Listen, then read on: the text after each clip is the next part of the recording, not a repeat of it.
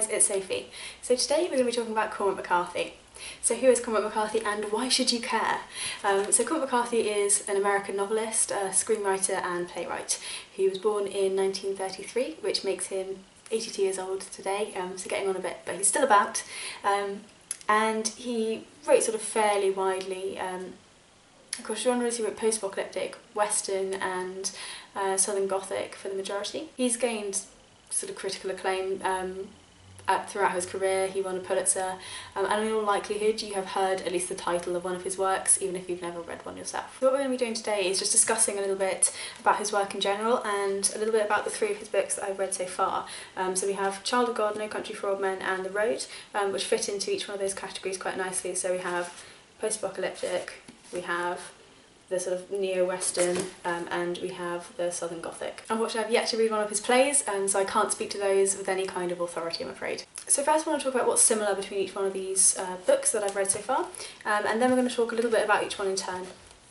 So one thing that is very much sort of a theme throughout McCarthy's work that I've read so far is that underlying violence. So I've mentioned this in previous videos.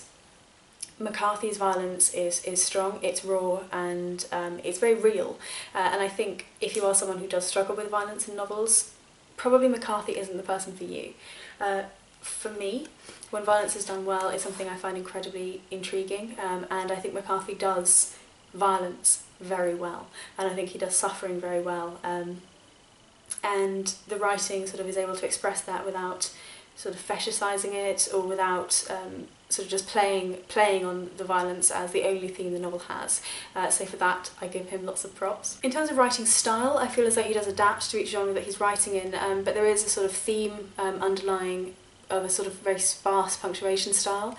He doesn't employ too much dialogue sort of markers. He will just sort of have natural free-flowing speech within the text, but I think he does write dialogue well and clearly enough that you aren't confused as a reader as to who's speaking, but it does just take a little bit of getting into. As you know, we're quite used to having our nice little demarcations in terms of our punctuation. I would also say that in the books I have read, there's definitely been a theme of the loner, the outsider, and speaking about the very edges and fringes of our society. And I find that absolutely incredibly intriguing, especially in the sort of time period that he's writing in, that sort of American desert almost is how I would describe it. I find that incredibly intriguing, and something that you find a little bit in sort of Steinbeck's work. So Cannery Row would be a really good example of that. Of Mice and Men, again, you have those sort of outsider figures, and it's that sort of similar feeling, that sort of similar sense that you're looking into a range of society that usually you would not see, you'd be sort of blinkered from. So we're going to start with The Road. So as I say, this one fits into that post-apocalyptic genre, and it follows the story of a father and son as they traverse across this American wasteland, trying to further their lives, trying to stay alive after this sort of apocalyptic event. As I say, his work is violent, and this book is very raw and it's very harrowing. The human emotions displayed are difficult. As you imagine, it's not an easy situation, and I think a fair amount of the time in the sort of popular apocalyptic genre at the moment, it's all seen as a little bit of a lark. This is a very bleak depiction of what it would look like if our world really did come to an end. It's hard to read, but I think it's so well done, and I think it's incredibly compelling. When I was reading this, I genuinely didn't want to put it down. I had to know what was going on, and I felt truly and utterly connected with the characters of the father and of the son. If you read an awful lot of apocalyptic novels, the storyline is not going to be new to you, and you're really going to be working with the sort of human elements behind his work, because I think that is the core of what McCarthy does, is showing the human element behind the story that he's going on about. So in this novel, it's about that plucky sort of survivalism and what is our life worth as a human. How far do we go just to survive, and how much do we want to retain ourselves as what we would imagine to be human. So essentially, how low are we going to go to keep ourselves alive, and where are our morals, where are our boundaries in the worst of situations? Absolutely intriguing, and if that sounds of interest to you, then it is bloody brilliant. And then next we're going to be talking about No Country for Old Men. So this is that sort of western, as I've mentioned. I have never read a western before that I'm aware of, and I completely and utterly thought that it would be a genre that I would hate, because I've tried watching western movies before and I've just never had any interest in them whatsoever. But this one was great fun and different, and I like reading different things, as you guys know.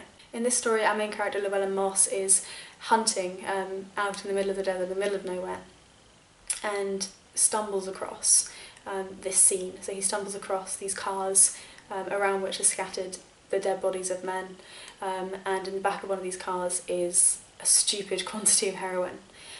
He begins to look around this site and try to figure out in his head what's happened, what's going on, and realises that someone must have left this scene, that all these men have managed to kill one another and not have someone who came out on top. So he begins to start scoping out for this individual who has got away. And when he finds him slouched up against a tree with a satchel, which is full of millions of dollars. And Llewellyn, he is your sort of average Joe. He goes out, he hunts, that's what he does. He's supporting himself and his wife, but he's never really going to get anywhere other than that. And he makes the choice to take this money. And when he does, he sets up a whole cascade of events linked into this criminal underworld of drugs and trading and money and violence. Whilst this book is still violent, I'm not going to pretend it isn't violent, it is more accessible, I think, to people who aren't so turned off by the sort of violent elements. Though it is still pretty graphic at points. The character of Suttree, who's our sort of main villain in this piece, is probably one of my favourite villains that I think I've ever read. I think he is a little bit of that sort of Hannibal type, a little bit of that invincible villain, which is really fun to read about. I think as a whole this book is much lighter and easier to read, and the messages that come with it are less strongly packed, so it is something that you may be able to breeze through a little bit more quickly. It was also adapted into a Coen Brothers film, which won 4 Academy Awards, and I would also highly recommend the movie. I read the book and watched the movie straight afterwards, and very much enjoyed both. I think it's very well done. The casting's brilliant, so if maybe if you are interested but not sure, if you want to commit to a novel at the moment, then the movie's only a couple hours long, so maybe have a go at that one.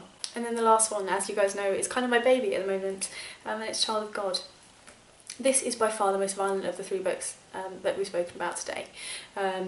It is off-putting in its violence, and I would certainly say that if it is something that bothers you, then this is not the book for you. We follow Lester Ballard, who is a solitary outcast from society, and we see him living in squalor, in really sort of complete and utter isolation from anyone else.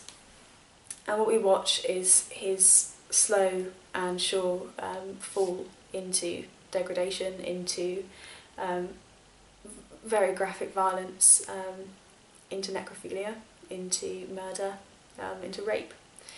And we really follow this individual very closely. McCarthy has an awful lot of skill at showing us the world through Ballard's eyes, and in showing the world around Ballard as he may not see it, and I think that's what drew me to this so much. I've mentioned in other videos, the writing itself is gorgeous. It has a real sense of sort of beautiful descriptive elements paired with really sort of short, sharp sentences which tighten the whole thing up very, very well. It's a book that's simultaneously beautiful, horrifying, and very, very direct in its approach. The underlying sort of message of this book is speaking about our humanity again, and I think McCarthy seems to want to question that a fair bit in his work. And the particular sort of aspect here is that child of God, is that for everything that Ballard is, he is still a child of God, he is still human, and that we need to sort of face up to that fact, that we need to face up to the fact that we cannot sort of have people as others so broadly and deny their existence, that people who do horrible things are still people. If you aren't worried about violence and any of this does sound interesting, then I would really highly recommend that you try Child of God and see what you think. It's certainly one of the most well-rounded depictions of an outsider, of a criminal, of someone who is going mad in the worst way possible, and someone who is losing their humanity that I've ever read. And as you guys know, darker literature is really my thing. I've read a fair bit of this. and I think this stands head and shoulders above the rest. So that's just a little bit about the 3 books that I've read so far. As you guys know, I am continuing on with my McCarthy. I have The Sunset Limited, which is one of his plays, which I'll be picking up very shortly, because it's only little, and so we'll share my thoughts on that in due course. And I've also got Suttree, that's that sort of huge one, that is his most sort of autobiographical work, and I think it's the longest as well, though I may be incorrect.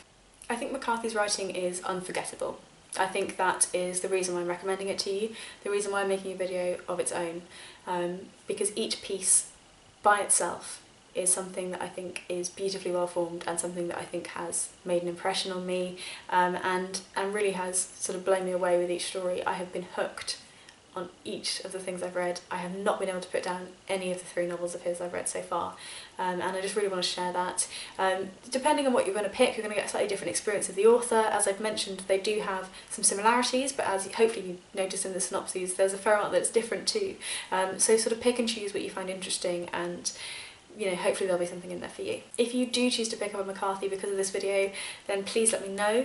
If you're planning on it, if you've already started reading one, again, let me know your thoughts. And if you have read him in the past or previously, again, I'd love to chat about the books down below. I am completely loving him at the moment. And for those of you who are undecided, hopefully this has provided you with a little bit more information to make an informed decision. I really hope you've had a lovely week. My week has gone up and up towards the end. For those of you who saw my life update video, you know there's been a couple of things going on for me, and I have just heard back yesterday afternoon from the consultant at the hospital, who's content that all of my scans, my brain scans, came back normal, and that my blood results came back pretty much normal, and that I don't have to sort of be worried that something really horrendous is happening to me. We don't know what happened, we don't know why I sort of had the event that I had, but the hope is that it was a one-off, and bodies just do weird things sometimes, and if it does happen again we'll cope with it then. But for now I'm healthy and I'm happy and everything is okay. I really hope the same is true for you, and I will see you soon in my next video. Bye bye.